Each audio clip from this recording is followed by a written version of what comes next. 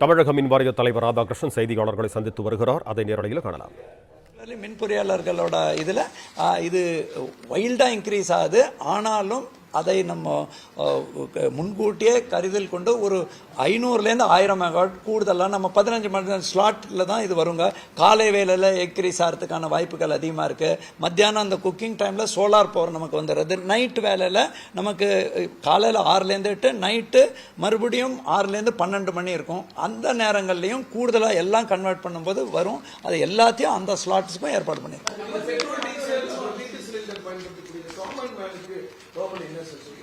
அது கவர்மெண்ட் இவங்க இது எல்லாம் நிறைய பேர் புக் ட்ரை பண்ணதுனால சம் இஷ்யூஸ் இருக்குது. அதுக்கு இப்போ என்ன ஒரு அடிஷ்னலாக இந்த WhatsApp service plus missed call service இது எல்லாமும் ஆக்டிவேட் பண்ணி அது ஒரு காமன் சர்வரை உடனே அப்பாயின்மெண்ட் அந்த ப்ராப்ளம் வந்தோடனேவே ஜியோவில் இருந்து சர்வீஸ் எடுத்து அவங்க கம்பைல் பண்ணி எங்களுக்கு டே எண்டில் கொடுத்தாங்கன்னா அதை எடுத்துகிட்டு அதுக்கும் எக்ஸிக்யூட் பண்ணுவோம். அந்த பேக்லாக் இருக்கு கிட்டத்தட்ட. ஏன்னா இப்போ டெஃபினெட்லி பேக்லாக் இருக்கு. நீங்கள் சொல்கிற நம்பர்ஸ் கிட்டத்தட்ட அபவுட் 2.53 days கிட்ட இருக்கு. ஓகே,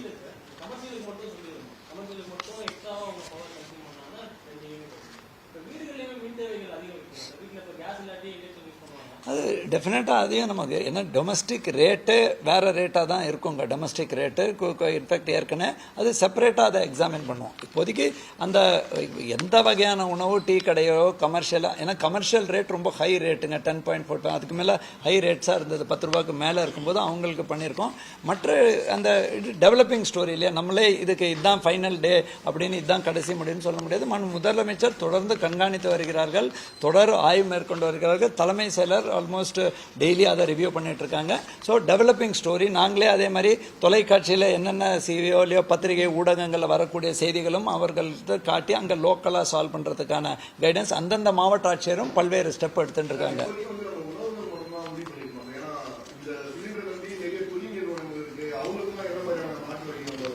இது எல்லாமே டெவலப்பிங் இஷ்யூஸுங்க. நாங்கள் அதோட இம்பேக்டுக்கு அந்த இண்டஸ்ட்ரி செக்ரட்டரி இஸ் தேர். இவங்க டு பி வெரி ஃப்ராங்க்குங்க, அந்த ரீஆர்கனைசேஷன் பண்ணுறதுக்கு இவங்களுக்கும் ஒவ்வொரு நாள் ஒரு 4 நாள் முன்னாடி திடம்னு கமர்ஷியல் கொடுக்க முடியாதுன்னு ஒரு தகவல் வந்திருந்தது. தற்பொழுது அவங்க அதுக்கு ஒரு அலாட்மெண்ட் பண்ணி ஒரு வழிவகை ஒன்றிய அரசில் சொல்லி மாநில அரசுக்கு ஒரு கமிட்டி போட்டிருக்காங்க. அந்த கமிட்டி மூலமாக அவர்களுக்கும் அந்த ஏற்பாடு செய்வதற்கு அதை முன்னுரிமைப்படுத்தி யாருக்கு முன்னாடி ஒரு சொன்னார் இல்லையா, ஹாஸ்பிட்டலுக்கு டெஃபினட்டாக கொடுக்கணும், உணவகங்களுக்கு கொடுக்கணும், அதை இண்டஸ்ட்ரியில் எப்படி ரேஷன் பண்ணணுங்கிறது அந்த குழுக்கள் முடிவெடுக்கும்.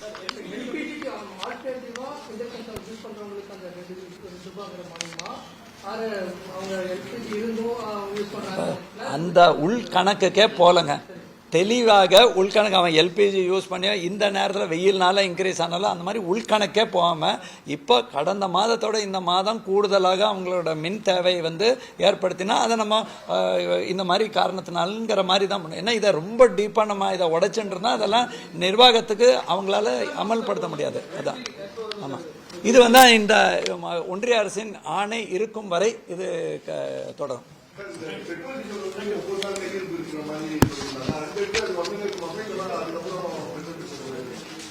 நான் உங்கள்கிட்ட சொன்ன இந்த மாதம் முழுசுமே ஸ்டாக்கே இருக்குது நம்மக்கிட்ட.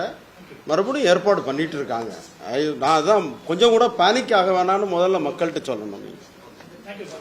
பிளே ஸ்டோர் மற்றும் ஆப் ஸ்டோரில் இருந்து பாலிமர் செயலியை QR கோடு மூலம் பதிவிறக்கம் செய்யுங்கள். செய்திகளை உடனுக்குடன் பெறுங்கள்.